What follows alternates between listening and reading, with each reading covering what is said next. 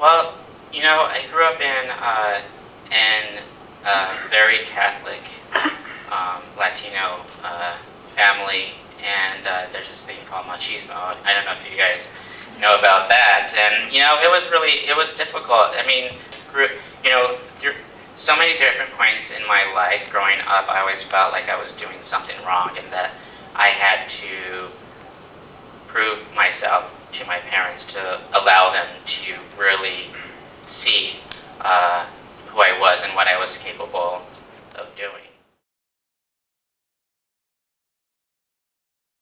I was, making money, and I was young, and I was in New York City. I came from Denver, and it was just like this amazing experience for me, and I felt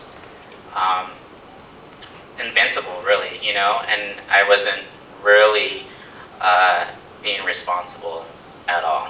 That's when I became HIV positive. I was 23 years old in New York City. It was scary for me to even seek the services of my local ASO, because I didn't want to walk into the clinic and sit down in a chair and have somebody walk through the door and see me there with the possibility of, knowing somebody, or seeing somebody that I recognized, or somebody seeing me. That was terrifying for me, so I was being really irresponsible. I wasn't taking care of myself because I was scared of being seen. For a long time, I really let the HIV define who I am, to the point where it was taking everything away from me, everything that made me happy, even to my art. It was owning me. If you asked me 2 years ago, I would tell you, I'd probably say to you, I'm HIV positive. If you ask me today, I would tell you that I'm living with HIV. It's totally different. It's a different way of thinking. And if you see it like physically, I am lifted like completely a different person. I really feel like that day I was like reborn, because it was something that I had struggled with for such a long time. I had just like let go of so much pain and so much anger and hate and guilt, like everything that I had been told was going to happen if I chose this lifestyle of being gay.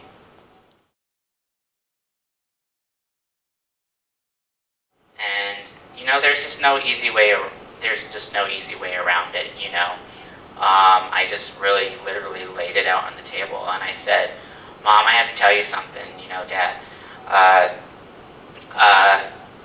And I think I probably paused a couple times, just like that. I was like, "I'm HIV positive. I've been positive for the past 10 years, but I have to tell you that I'm healthier and I'm happier than I've ever been in my life right now." And you know what? Looking back, I could have just told my parents. I could have asked my parents for help, and they would have helped me. But it got to that point where I was so scared that I was not seeking any support whatsoever.